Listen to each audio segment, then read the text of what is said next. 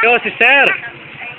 Lahat pa rin po tayo on board sa programang Likod Bayan ni Brother Tony Falcon ng CBS DWAD 1098 Children's Museum.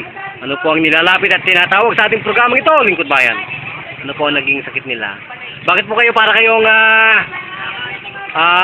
nilatigo ng pawis? Ano pang nangyari sa beauty mo? Nasunog na ba ang mga adipose, mga adenoids, tissue, connective tissue? Ganon? Tingin po ninyo, papayat na kayo niyan? Ewan ko po. So, yung pong tiyan ninyo, anong nangyari? Kanina po yan parang bloated, parang patapon, parang... Basta pinawisan lang naman. Oh, para pong buntis kanina ang pakiramdam. So, ngayon po parang higpit na. So, kamusta po yung hininga ninyo? Malwan. So, yung pong laway, para pong nagtapo na. Hindi pala natin alam na yung palang hypothyroidism. Patatabain ka. Mawawala ka sa beauty pageant. So, nagpapasalamat po ba kayo sa ating programang ito, Lingkod Bayan? Ano po ang inyong tunay na pangalan sa susunod? Melody po.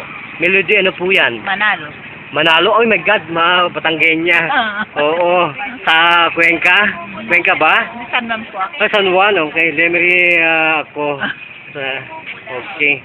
Ilan taong gulang na po kayo? 47. Ilan taon na po kayong parang kayong matakaw kumain? Ilang taon na? Ang dami po. Okay.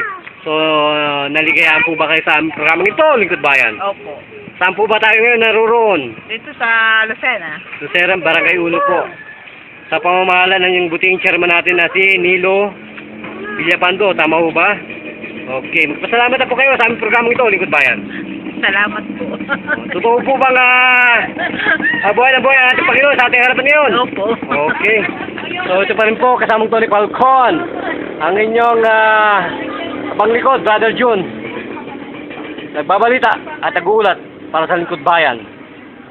Bida ka, kasamang Tony Falcon. Mama! Hindi, masarap pag ginawa.